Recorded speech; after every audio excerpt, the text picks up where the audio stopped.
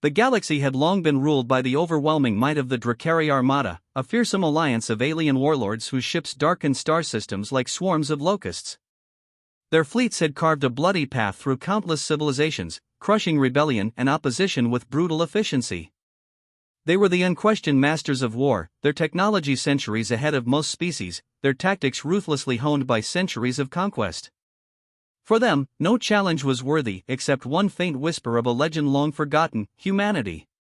To the Drakari, humans were a primitive curiosity, a lost species believed to have perished millennia ago after a devastating war that had left Earth a barren husk.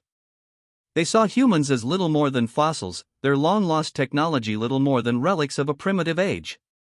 So when reports arrived that a lone human ship had been detected drifting near the contested star system of Viridian 9, the Drakari commanders were amused.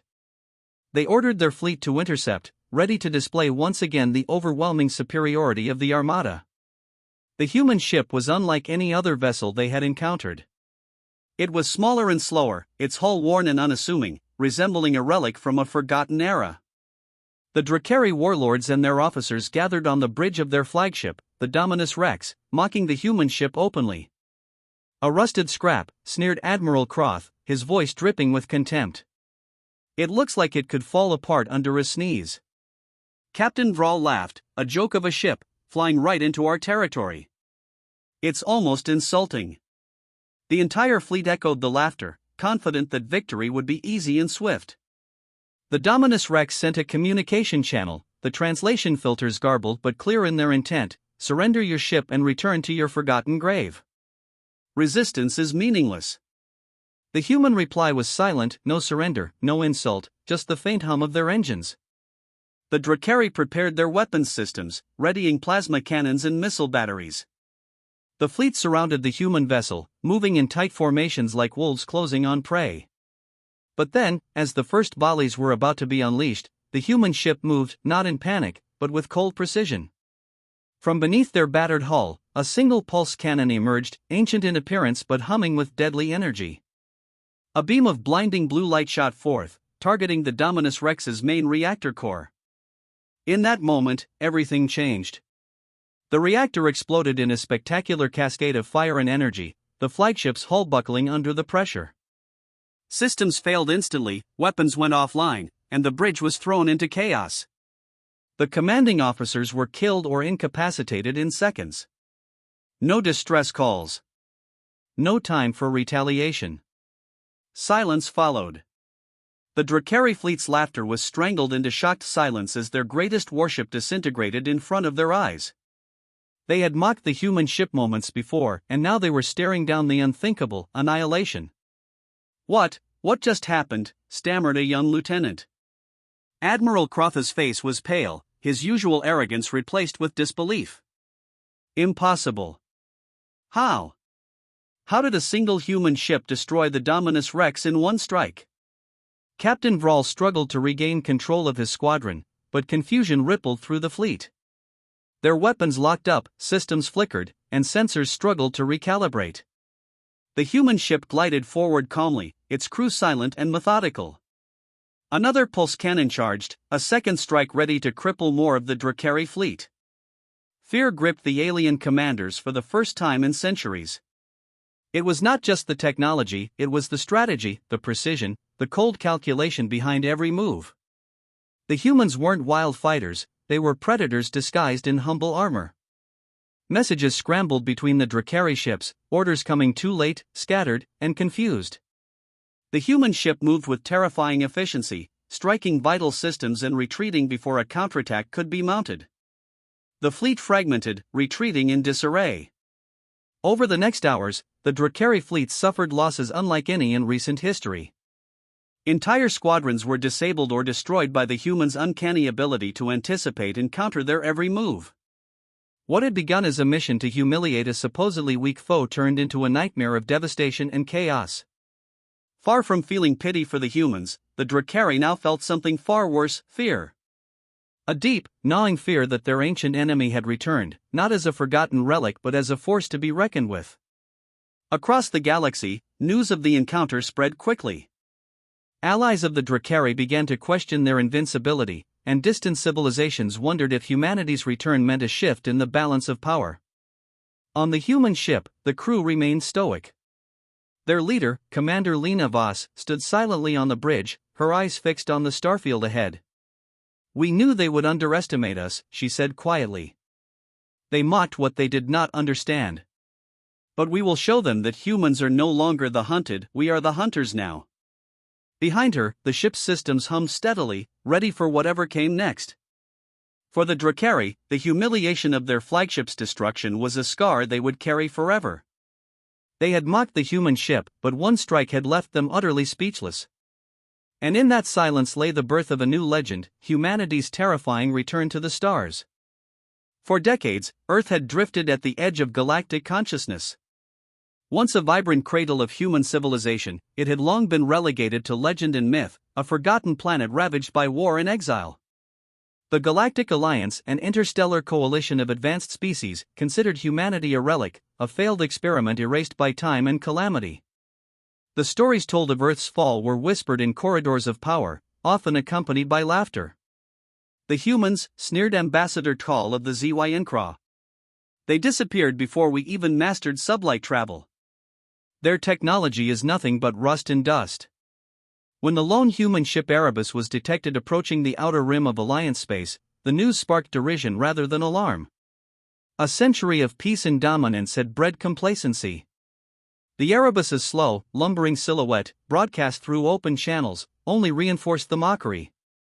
Across the Alliance, holographic screens flashed scenes of the human ship, and commentary ran rampant.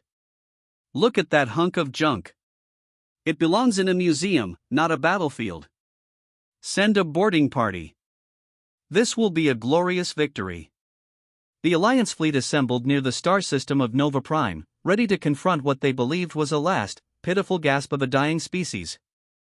The fleet's flagship, the Aegis, was a symbol of Alliance strength, its hull bristling with plasma turrets and energy shields. Commander Yarrick, a seasoned veteran, paced the bridge, confident in his imminent victory. "Prepare the boarding drones," Yarrick ordered. "We will dismantle this relic and capture whatever scraps of technology they still possess." The Erebus remained silent on all channels, its crew focused and unyielding. From the outside, it looked like a relic from a forgotten era, bulkier than most vessels, with external hull plating that bore scars of old battles. Yet beneath its worn exterior hid secrets unknown to the arrogant Alliance commanders. As the Alliance fleet closed in, the Erebus executed a maneuver unexpected by the enemy. It shifted its shield frequencies to an ancient but devastating modulation, a tactic developed in humanity's darkest days. Commander Yarrick scoffed. "What is this? An outdated defense grid? Our weapons will tear it apart." But the Erebus was no sitting target. With precise timing, it launched a single plasma strike, concentrated and focused, at the heart of the Aegis.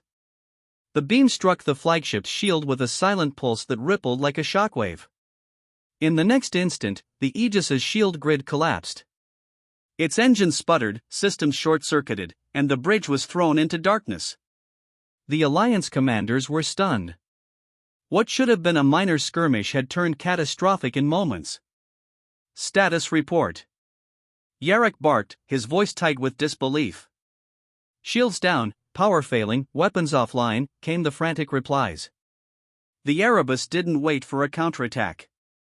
Its second strike targeted the Aegis's main reactor, triggering a chain reaction that exploded outward, tearing the flagship apart in a blaze visible across the system. The Alliance fleet froze in shock, their laughter and confidence replaced by silence. "Impossible," muttered Ambassador Tkal, her eyes wide. "How can one ship cause such devastation?" The truth was that the humans had never stopped evolving their technology, but in ways the Alliance never expected. Their weapon systems were built on principles long abandoned by other species, principles forged in desperation during humanity's darkest wars, when survival meant using every ounce of ingenuity and cunning. As the Erebus moved gracefully through the battlefield, it struck again and again, crippling the Alliance's command and control vessels, scattering their fleet into chaos. Communications jammed, formations broke, and panic spread like wildfire. Commander Yarrick, now desperate, ordered a full retreat, but it was too late. The humans had seized the momentum, turning the once proud Alliance fleet into a disorganized mass of fleeing ships. Across the galaxy, the news of the Erebus's attack spread like wildfire.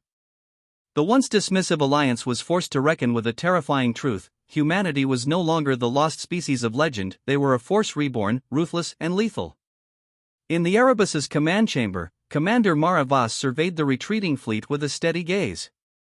"We've waited long enough," she said quietly. "They mocked us, dismissed us as extinct. Now they will remember Earth and humanity. We will no longer hide in the shadows." Her crew nodded, their expressions a mix of pride and resolve. The Battle of Nova Prime was not just a military engagement, it was a statement, a declaration that humanity had returned from the ashes. The Alliance, once arrogant and dismissive, was forced to face a new reality. For the first time in centuries, silence fell over the Galactic Council chambers, not the silence of peace, but the stunned, fearful silence of those who realize their world has changed forever. The Erebus faded into the starfield, its mission far from over. Humanity was back, and the galaxy would never underestimate them again. The galaxy had changed much in the millennia since humanity vanished from known space. Earth, once a thriving beacon of life and innovation, had become little more than a ghost story whispered among starfarers and historians. Most believed humans extinct, a species wiped out by their own hubris and endless wars. Their advanced technology was dismissed as archaic relics, incapable of surviving in the brutal reality of modern galactic warfare. So when a lone human warship appeared suddenly near the heavily fortified nebula of Zithera Prime, it was met not with alarm, but with scorn and derision. The Galactic Coalition's flagship, the Valkyrian, hovered near the nebula's edge, its sleek hull gleaming under distant starlight. Captain Ron of the Coalition smiled coldly as his officers gathered on the bridge. "Another relic from a dead age," he said, eyes fixed on the flickering image of the human ship. "Can you believe they still fly that piece of junk? They don't even bother to hide it." The officers exchanged amused looks. Lieutenant Mira whispered to a fellow officer, "It's almost insulting. We could destroy that ship with a single missile." The Coalition broadcast an open channel, their voice dripping with contempt: "Human survivors, reveal yourselves or face destruction. Your species is a ghost, no longer relevant." The human ship responded not with words, but with a maneuver that stunned everyone. Without warning, the ship shifted position, darting through the nebula's thick gas clouds with unnatural speed and agility for its size. It was as if the ship itself knew every inch of the nebula's deadly traps and dangers, knowledge only a species that once ruled these stars could possess. Captain Ron's smile vanished. His fingers tightened around the console. "What is it doing? How is it moving so fast?" The answer came moments later. A single missile, launched from the human vessel's hidden launch bay, soared silently through the nebula's swirling gases, striking the Valkyrian's bridge with pinpoint accuracy. The explosion was immediate and catastrophic. The Coalition flagship's command systems failed instantly, and power flickered across the ship. Alarms blared as the Valkyrian lost control and began to spin into the nebula's deadly currents. The bridge was thrown into chaos. Officers scrambled to regain control, but it was too late. The human strike had crippled the ship in a single, devastating blow. Silence followed. For a long moment, no one spoke. Then the mocking laughter that had filled the room was replaced by stunned disbelief. Lieutenant Mira stared at the flickering monitors, whispering, They actually did it. One strike and the flagship is crippled." Captain Ron sat back, his face pale. "We underestimated them. We thought humanity was dead. But they've been waiting. Watching. Learning." The human ship did not pause. Using the nebula's cover, it struck again and again, crippling Coalition supply lines and command vessels. Each attack was precise and brutal. The Coalition fleet, once proud and confident, was reduced to disarray and retreat. As word of the human ship's devastating assault spread, a ripple of fear and uncertainty spread through the Coalition's ranks. Back on the human vessel, Commander Ilara Voss stood on the bridge, her gaze steady and unyielding. "For centuries, we were cast out, forgotten. They mocked us as ghosts, relics of a dead past. But we survived. We adapted. we grew stronger in the shadows. Her crew, trained and battle-hardened, nodded silently. Ilara's voice was low but fierce.